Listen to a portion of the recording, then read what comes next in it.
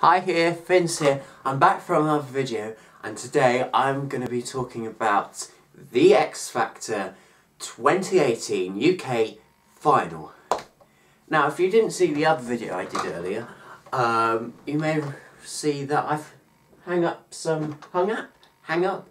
put up some tinsel in my room for decoration for Christmas, because you know what, I want to make a bit of effort this year. Why not? It's the spirit of Christmas, it's December time, why can't I put a bit of tinsel? You can't go wrong with a bit of tinsel, can you? So, and if you don't like tinsel, if you don't like Christmas, then tough luck, grow up. Anyway, we've got a video to do, so let's crack on with it. Yes, the X Factor final was on Saturday and Sunday night, and oh my gosh, did it take like 10 hours to do? Seriously. Anyway, you know, altogether, like all the three finalists, they've each of them have like 3 songs to sing in the final. So altogether, that's like 9 performances. So they had like the song that they liked the most, they wanted to sing in the final. Then they had the celebrity duet, and then on Sunday they did the celebrity duet again, but this time it was for the charity single. So yes, only 9 performances. So ideally, they could have just done that on Saturday night altogether. You didn't need a Sunday show. You could have just had that in 2 hours with a few live performances, and then you're done. But no, we had to have a Saturday show that lasted 2 hours. Then we had another Sunday show that lasted 1 hour and 30 minutes. So altogether, I had like 3 hours and 30 minutes. And felt like 9 hours and 10 hours. Both shows felt like they were going on and on and on forever. I mean, I had to watch the Saturday show on +1. That's when I was getting tired then, because I just watched something else. But it just felt, I always feel like the X Factor final always goes on for ever and ever and ever, because it's on for hours. I need my sleep, but it did feel like it went on forever, because it had so many like live performances from like Ellie Goulding, James Arthur, Anne Marie, Take That, George Ezra, Chic, Noel Rodgers. There was just so many. I mean, there's not a problem with just the artists themselves, but there's just too many. Just 2 or 3 in the final. Like, you don't need that so many. I know they're trying to go big. It's the X Factor final. Like, they've got the time, you know, getting more celebrities involved. I mean, yeah, but it made the show feel like it went on forever. I mean, it took forever just to do the first guy sing. I mean, anyway, it's done now. So what happened you know, I predicted who was going to be top 3, what was going to happen. I predicted Anthony would finish 3rd, he did. I predicted Scarlett would finish 2nd, she did. And guess who won? It was the winner of the X Factor UK 2018 was Dalton Harris, and I predicted it correctly. Just call me fortune teller Finns. I mean, you know, I predicted it. I think I kind of knew he was going to win after listening to his charity single, James Arthur, The Power of Love. That was fantastic, that was brilliant. That's what the X Factor winner single should sound like, really. I think that's where they've gone wrong in like past years. That's what the song should be. But you know what, the question is, will Dalton Harris be this year's Christmas #1? Will the X Factor get the Christmas #1 back? I mean, the last time the X Factor got Christmas #1 was in 2014, 4 years ago. And I think since then they've struggled finding the right song to be their Christmas #1. I think with Louisa Johnson, she sang well, but you know, the song was a bit forgetful. And then you had Matt Terry. It was quite a nice song, but it was a Christmassy song.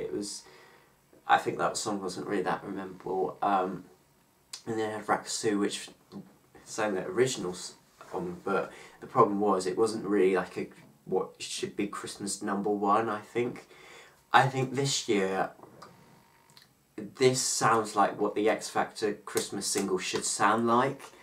It, you know, it's that power ballad, but it feels still like Christmas spirit. Like, it reminds me of like Leona Lewis and Alexandra Burke singles, which was spectacular. You know, I think that has potential. I think at least top 5 in the charts. So fingers crossed, Dalton Harris. I wouldn't mind seeing that Christmas #1. I think that deserves to be Christmas #1. The Power of Love. I think, fingers crossed, at least top 5 this year, because I think he deserved it. Yes, but Dalton Harris, I think he's a deserved winner. I think any of those 3 were deserved winners. Yes, although the X Factor final did take quite a long time to actually find the winner when you could have just done it on Saturday night. So yes, but you know, Dalton Harris is a deserved winner. I'm happy he won. I predicted he was going to win, and he did. I was very happy he did. You know, let's hope he has a good success. I know he's had success before, prior X Factor, which is a bit controversial, but you know, I didn't know who he was before he entered X Factor, so hopefully he'll now become bigger. So well done to him. I'm quite happy he won. You know, actually, you know what, the final, although it took forever, and I know there was so many artists singing their new singles and that, it was actually not bad. Actually final. We even heard like some of the artists that got knocked out of live shows were back singing with Robbie, which was quite nice to see. And it had quite a nice opening, I think. So yes, I think, yeah, no, I think this year's, because this is the last time I'm probably reviewing the X Factor this year. Actually, you know, I know this X Factor in recent years have gone down. You know, I think the last good series in 2014, Fleur East and Ben Haynor was in it. You know, I think that was the last proper good series. You know, I wouldn't lie, I have to say, to be honest with you, this year's X Factor, I mean, overall hasn't been, well, I wouldn't say spectacular, fantastic, oh no, but it's actually been an alright series. I think it's been I wouldn't say the best series for the 4 years. I think it's been an okay series. It's been a good series. I don't think there's been that bad of a series. I think last year was a bit forgetful, maybe because they cut down the live shows. The year before that, it wasn't that bad series, but it was ruined because of Honey G. And the series before that, because they didn't it was all over the place in 2015. Like, yeah, the hosts weren't good. Well, they weren't ready, the judges, I mean Nick Grimshaw, I mean, and then they decided to do Judges' Houses Live, which was a massive problem. But this year, I actually quite liked it. I mean, I like the idea of having double eliminations each week. I thought, actually, you know what, actually that wasn't too bad. And yeah, I mean, we got to know a little bit more about the artists. I mean, there are some issues I have with the X Factor. I mean, I would like to get rid of the 6-chair challenge, because you know what, it's just unnecessary drama. I do think the live show should be 10 weeks than 7, like it should be. I think the final of the X Factor should be, well, in the second weekend of December. I think they should really return the Extra Factor, because now we've got less X Factor on our screens, and I liked Rylan and Matt when they hosted it. I'm very picky, you know, but you know what, there are issues, but actually this series wasn't a bad series after all, and I'm happy Dalton won. So what is your review of the X Factor this year? Did you like the series? Have you watched this series of the X Factor? Comment down below, and if you want, you can subscribe to my channel. I will be back for another video very soon. Until then, have a great day and Merry Christmas. Goodbye.